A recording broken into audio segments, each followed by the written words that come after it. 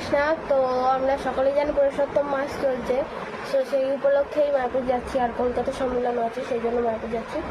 তো চলো মায়াপুর যাই, তারপর তোমাদের সাথে শেয়ার করবো। হরে কৃষ্ণ। তো আমি এখন ট্রেনে উঠে পড়েছি, আর বাইরের প্রকৃতিটাও তোমরা একটু দর্শন করো। এই বল হরে কৃষ্ণ।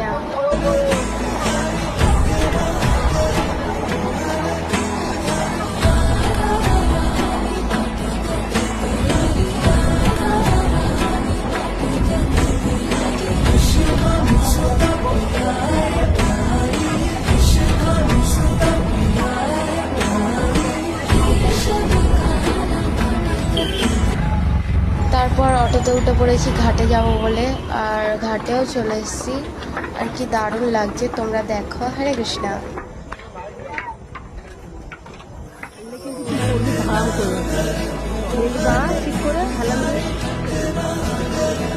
তারপর চলে গেছিলাম মন্দিরে, আর প্রভু কীর্তন সকলে শ্রবণ করেন।